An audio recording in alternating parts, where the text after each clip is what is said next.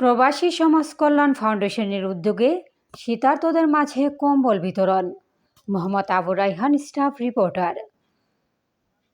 সাতক্ষীরা কলারোয়া উপজেলার দক্ষিণ ক্ষেত্রপাড়া প্রবাসী সমাজ কল্যাণ ফাউন্ডেশনের উদ্যোগে প্রায় 200টি শীতার্থ পরিবারের মাঝে কম্বল বিতরণ অনুষ্ঠিত হয়েছে।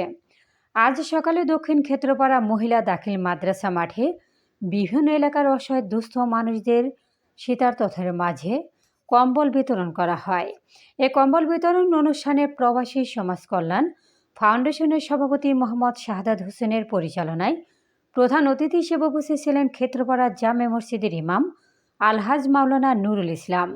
বিশেষ অতিথি হিসেবে উপস্থিত ছিলেন 1 নং জয়নগর ইউনিয়ন জামাতের আমির মাস্টার সিরাজুল ইসলাম ও সকল রাজনৈতিক দলের অঙ্গ সংগঠনের নেতাকর্মী সহ আরও অনেকে।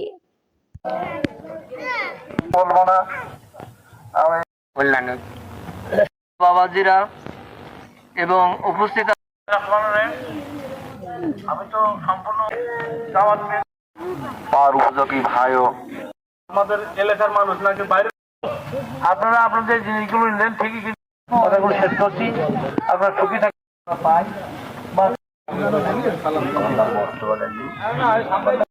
আপনারা ক্ষমা করবেন নাই, আপনাদের সম্মান আজকের এই আরো সুন্দর পরিবেশে সবাইকে